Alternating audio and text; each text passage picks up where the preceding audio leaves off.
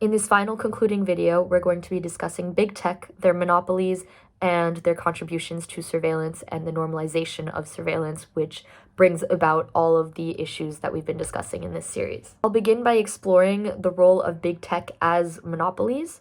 Today's big tech companies include Google, Facebook, Apple, Microsoft, and Amazon. Ask yourself, how many of these companies' services have you used today? How many have you used this week? How many have you used this year? Even right now, you're on YouTube to access our videos and this information. Think back to early October. When Facebook services shut down, what were the tremendous effects worldwide? Did you notice that Facebook shut down? Were you able to communicate without it? Indeed, we almost rely on these companies' products on a daily basis for our functioning. And this is because of monopolies by these private companies in the tech world, which undermines free competition. I'll show today how they're largely perpetuating and providing the means for mass data surveillance, as we saw Facebook's crucial role in the last video on Cambridge Analytica. The big tech companies' monopolies are highly controversial.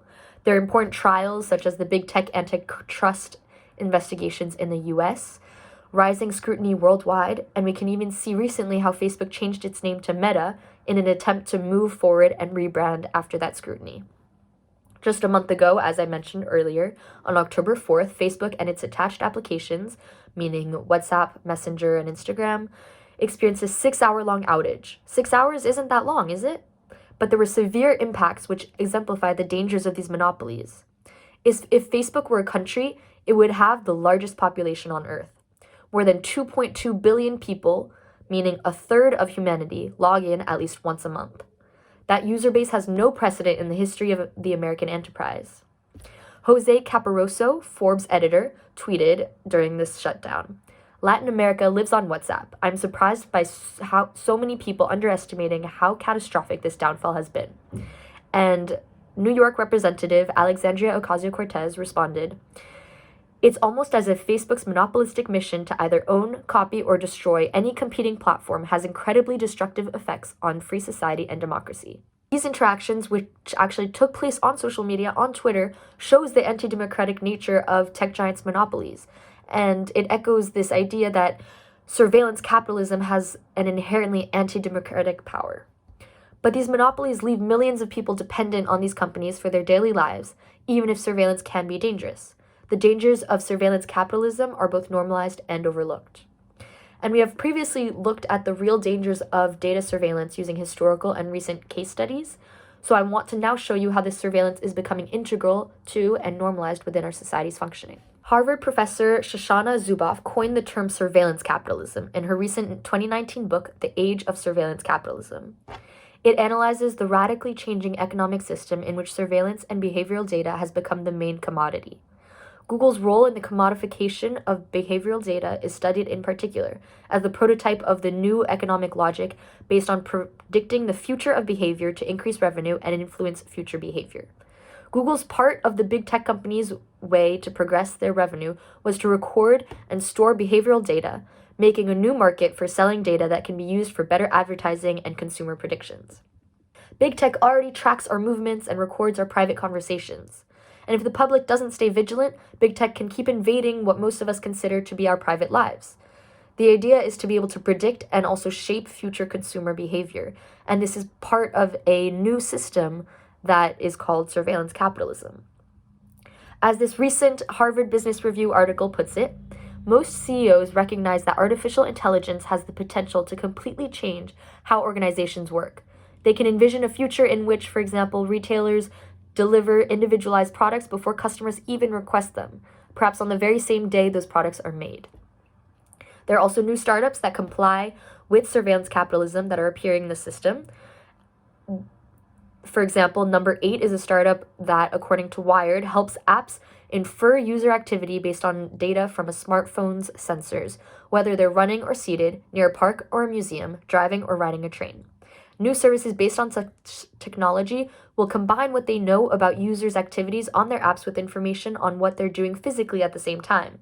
And instead of building a profile to target, like women over 35 or men over 70, a service could target ads to early risers or night owls.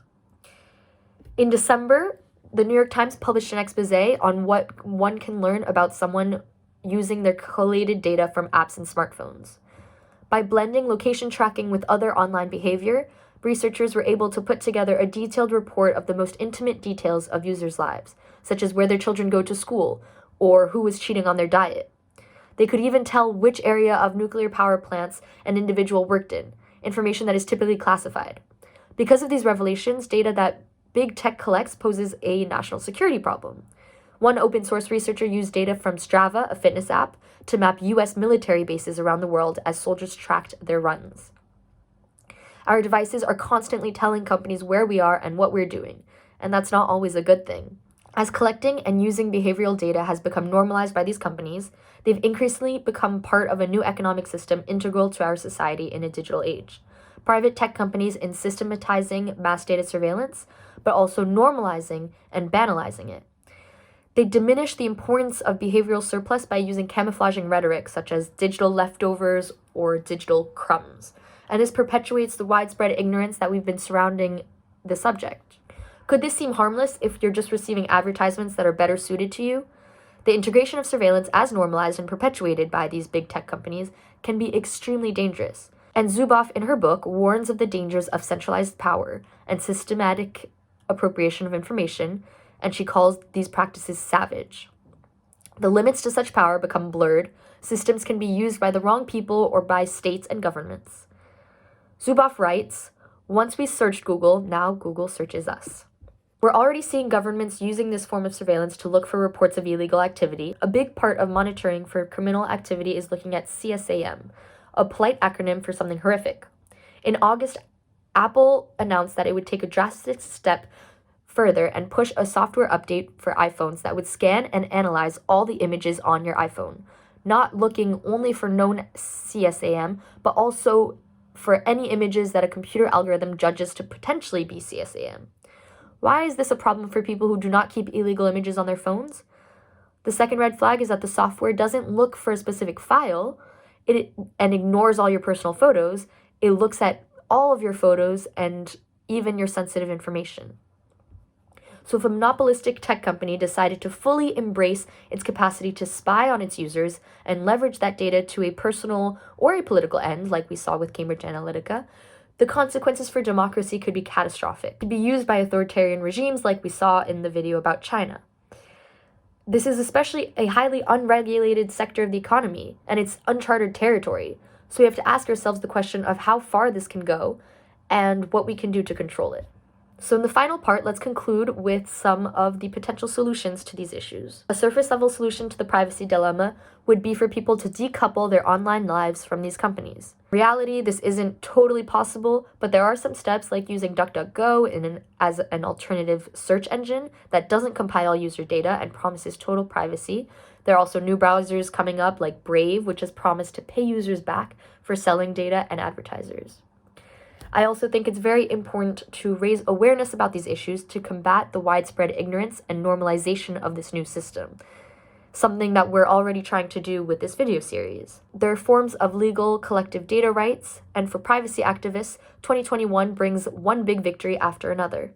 First, Alphabet, the parent company of Google, announced in March that it would stop tracking individual users as they roam from site to site. And this decision was part of Alphabet's broader campaign to phase out the use of third-party cookies, an old but controversial technology increasingly blamed for today's lax culture of data sharing.